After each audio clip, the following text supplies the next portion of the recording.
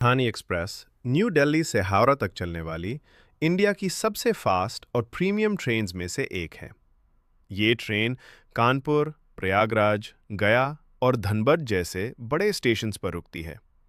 इसका टोटल सफ़र लगभग 17 से 19 घंटे का होता है और डिस्टेंस करीब 1450 किलोमीटर है। इस ट्रेन में खाना टिकट के साथ फ्री मिलता है और ये हमेशा